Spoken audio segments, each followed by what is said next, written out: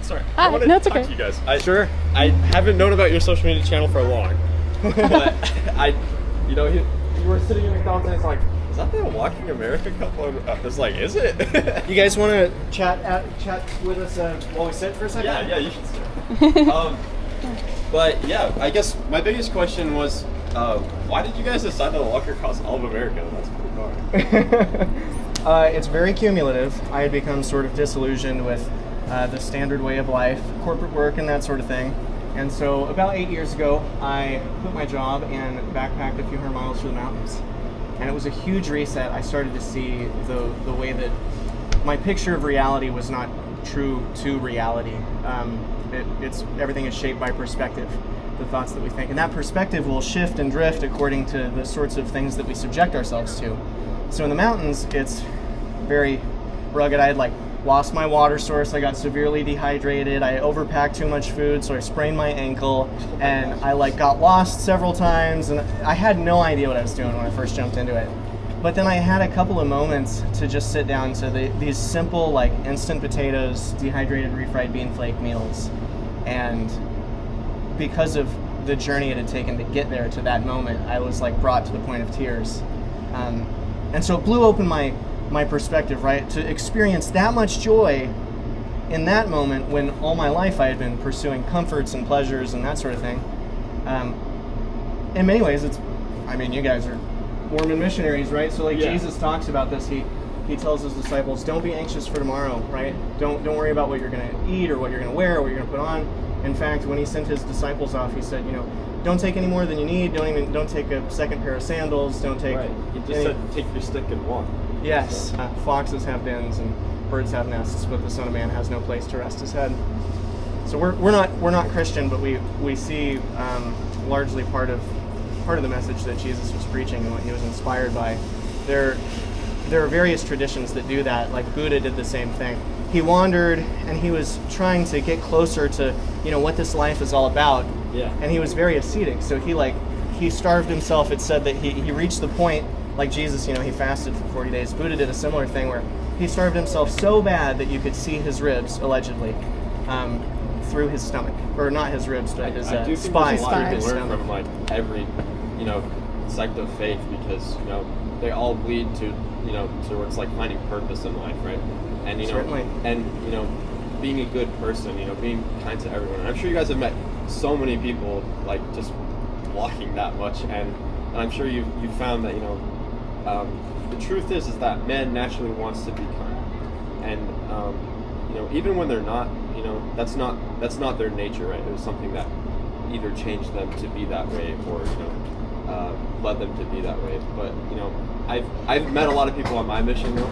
I wasn't expecting to meet you guys, but I am happy that I did, because I think I can relate to that, right? I'm not walking across the country, but I am kind of on my own journey in a way with God and with just this message that I have to share as a missionary, and that's been my path, right? And so I find that very inspiring, to walk, literally to find purpose. I love that. It's great. We probably share more in common than you might know. I used to be one of Jehovah's Witnesses, so Really? Oh, yeah. such a I great knocked thing. on doors and talked to people trying to share the gospel. Yeah, we run across them quite often. And the biggest thing I think people misunderstand is they think we're kind of trying to butt heads, only our church, but I just want to find common ground.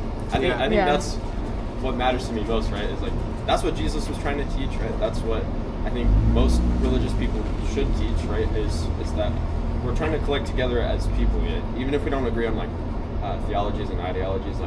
We agree that on Christ's message, and I think that's what people should focus on. That's what I'm trying to focus on. Yeah, beautifully said. Yeah, we agree. Sweet. Yeah, Where I you guys think originally from? Missouri. Missouri.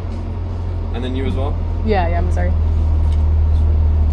So you started from Missouri and just made your way. We're doing all 50 states, so I can show you where all we've walked on our map. Yeah, I saw it Kind of was... just perspective a little better. How many states? It was 20... 29. 29. That's great. So we've done all the red line. What's been your favorite state so far? I'm from Idaho, so yeah.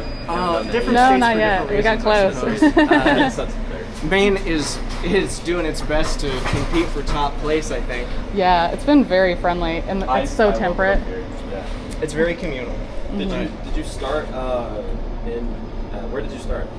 For this segment, we just started on the eastern border of Maine and up in Calais. And have you done all 50 states before that? Or?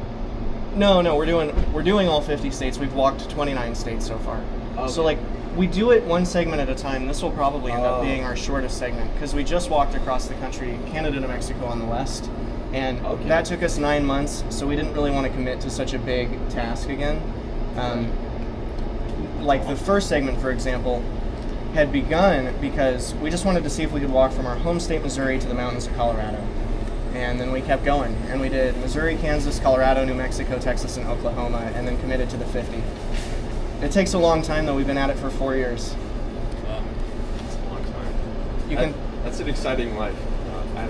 I want to be an artist when I grow up, and I feel like that takes like a lot of like, you know, I just love to draw, and like that's just something I want to do a lot, and I feel like